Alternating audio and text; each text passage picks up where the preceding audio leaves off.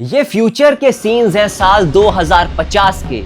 दुनिया बदल चुकी है पूरी तरह। खेलने के मैदानों पर सन्नाटे का साया है, क्योंकि हर बच्चा अपनी छोटी सी स्क्रीन में खोया हुआ है। सतयुग, त्रेता युग, द्वापर युग और कलयुग के बाद आप ऐसा समझ लीजिए कि आ चुका है मोबाइल युग। और इस जनरेशन का नाम XYZ भी नहीं, इस जनरेशन को कहते हैं मोबाइल जनरेशन।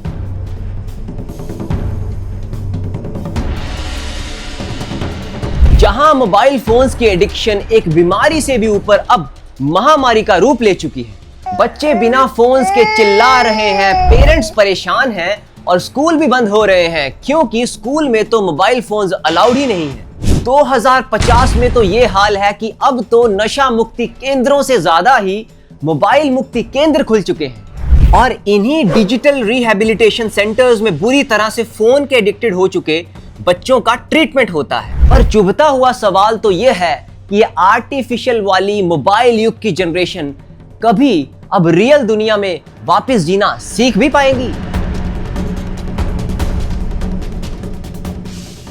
उस 2050 के युग में सबसे पहले काउंसलर्स बच्चों से उनका फोन ही छीन लेंगे और उन एडिक्टेड बच्चों के लिए सबसे बड़ा चैलेंज होगा उस शांति यानी कि साइलेंस को सहन कर पाना, जो उन्होंने मोबाइल की प्रेजेंस की वजह से कभी अपने जीवन में पहले अनुभव ही नहीं की।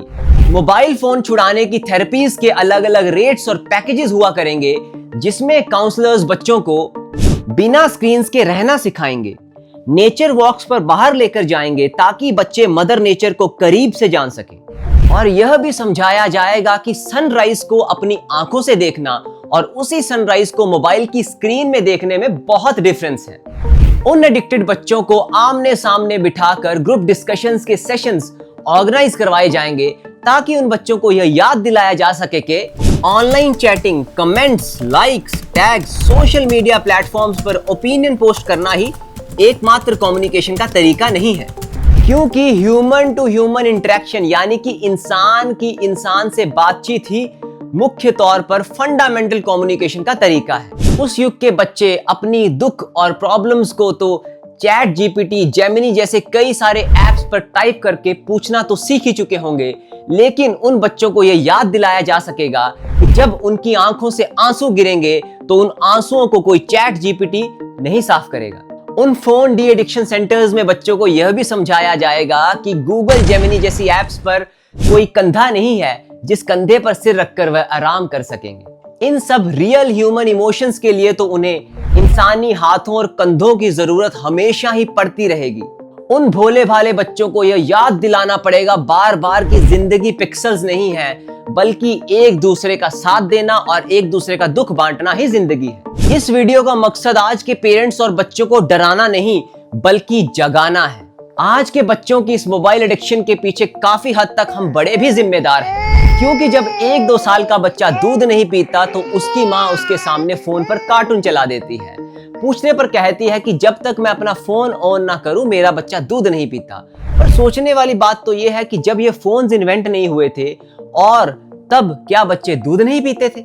दूसरा बहाना यह है कि मेरा बच्चा रोता ही रहता है और जैसे ही मैं फोन ऑन करती हूँ वो चुप हो जाता है। लेकिन फिर से सोचने वाली बात यह है कि जब फोन नहीं थे तो क्या पुराने जमाने के बच्चे रोते थे जब, तो क्या कभी चुप ही नहीं करते थे? माना कि माहौल घर का एकदम शांत हो जाता है, लेकिन वह शांति तूफान के आने से पहले की शांति जैसी ही है। वह तूफान तब आएगा जब वह बच्चे बड़े हो जाएंगे, when they will become phone addicts। बच्चों की फोन एडिक्शन के पीछे हम बड़े क्यों जिम्मेदार हैं, आपको मैं अपनी रियल लाइफ एग्जांपल बताता हूं। कुछ दिन पहले पब्लिक ट्रांसपोर्ट में मैं सफर कर रहा था और मेरी सामने वाली 3 सीटर पर 4 फैमिली मेंबर्स बैठे हुए थे, पति, पत्नी और उनके 2 बच्चे। पिता को इतने समय से फोन चलाते देखकर बड़ा बेटा भी फोन में गेम खेलने के लिए जिद करने लगा। पिता ने अपना दूसरा फोन अपने उस बड़े बेटे को गेम खेलने के लिए दे दिया। उसे देखकर छोटा बेटा भी रोने लगा और माँ ने अपना फोन उस बेटे को दे दिया और वो भी रील्स देखने लगा। उन 4 फैमिली मेंबर्स के पास अब अपने अपने 4 अलग अलग मोबाइल फोन्स थे और उस लगभग 2.5 से 3 घंटे के सफर में उन 4 के 4 फैमिली मेंबर्स ने अपने अपने फोन से सिर उठाकर नहीं देखा। तो सोचने वाली बात यह है कि इसमें किसका कसूर है, यह सोचना होगा। किसी और दिन की बात है, मेरे साथ वाली सीट पर ही एक लड़का आकर बैठ गया, मेरी उम्र का ही था और वह इंस्टाग्राम पे रील्स देख रहा था। वैसे इसे मैनर्स तो नहीं कह सकते, लेकिन बार बार मेरी तिरछी नजर उसकी फोन पर ही जा रही थी और वह रील्स को बस स्वाइप ही करता जा रहा था और दिल का आइकन दबा रहा था। दिल का आइकन तो वो इस तरीके से दबा रहा था कि जिस तरीके से कोई सेल लगी हो। सच कहूं दोस्तों तो मेरा बहुत मन था उस लड़के से यह पूछने का कि मेरे भाई ये बताओ कि जो आज दिन में तुमने पहली इंस्टाग्राम पे रील देखी वो कौन सी थी। चलो वो भी छोड़ो, पहली छोड़ो, आप मुझे ये बताओ कि अब जो तुम रील देख रहे हो इससे जस्ट पहले वाली कौन सी रील देखी थी। तो I am very much sure कि शायद उसको पता ना होता, लेकिन मैंने उससे ऐसा नहीं पूछा। मैंने उसको यह भी नहीं कहा कि इस मोबाइल फोन की जगह तुम कोई किताब पढ़ लेते या फिर बस में सफर कर रहे हो तो आउटर ब्यूटी या नेचर को एंजॉय कर लेते। अगर हम चाहते हैं कि 2050 को जो हम विजुअलाइज कर रहे हैं वो वैसा ना हो तो हमें यह कुछ तरीके तो अपनाने ही होंगे। हम सबको डिजिटल व्रत रखना पड़ेगा एटलीस्ट संडे को, और बाकी रेस्ट ऑफ द वीक पे तो हमें अपना स्क्रीन टाइम फिक्स करना ही होगा। घर के कुछ हिस्सों जैसे कि बेडरूम या डाइनिंग टेबल को नो फोन जोन्स घोषित किया जाए, जहां ओनली 1-to-1 कम्युनिकेशन या न्यूज़पेपर, बुक्स, मैगजीन पढ़ना ही अलाउड हो। हमें ऑफलाइन गेम्स को प्रमोट करना पड़ेगा, लेकिन अगर बड़े फोन्स पर हैं तो ये भूल जाइए कि बच्चे खुद में खुद गेम्स खेलेंगे। अब तो बड़ों को भी बच्चों के साथ इन्वॉल्व होकर ये गेम्स खेलनी पड़ेंगी, जैसे कि कैरम बोर्ड, चेस, लूडो, और आउटसाइड आप बैडमिंटन, क्रिकेट खेल सकते हो। बच्चे तो आखिरकार बच्चे हैं, वो बड़ों को ही फॉलो करते हैं। तो जो लास्ट सॉल्यूशन है वो यही है कि हम बड़ों को ही उनके सामने एग्जाम्पल सेट करना पड़ेगा, तभी बच्चे फोन छोड़ पाएंगे। हो सकता है कि साल 2050 आते आते हम लोग टेक्नोलॉजी से बच ना पाएं, लेकिन अगर आज हम अपनी आदतें सुधार लें तो आने वाली जनरेशन को हम मोबाइल फोन की लत लगने से बचा सकते हैं। आज के बच्चों को बार बार ये याद दिलाना पड़ेगा कि उनकी स्मार्टफोन की स्क्रीन के जो अंदर चीजें हैं उससे बाहर भी एक दुनिया एग्जिस्ट करती है जो उससे कई गुना ज्यादा बड़ी और सुंदर है। यह हम बड़ों पर ही अब डिपेंड करता है कि हम अपने बच्चों के हाथों में एक सुनहरा भविष्य थमाना चाहते हैं या सिर्फ एक स्मार्टफोन।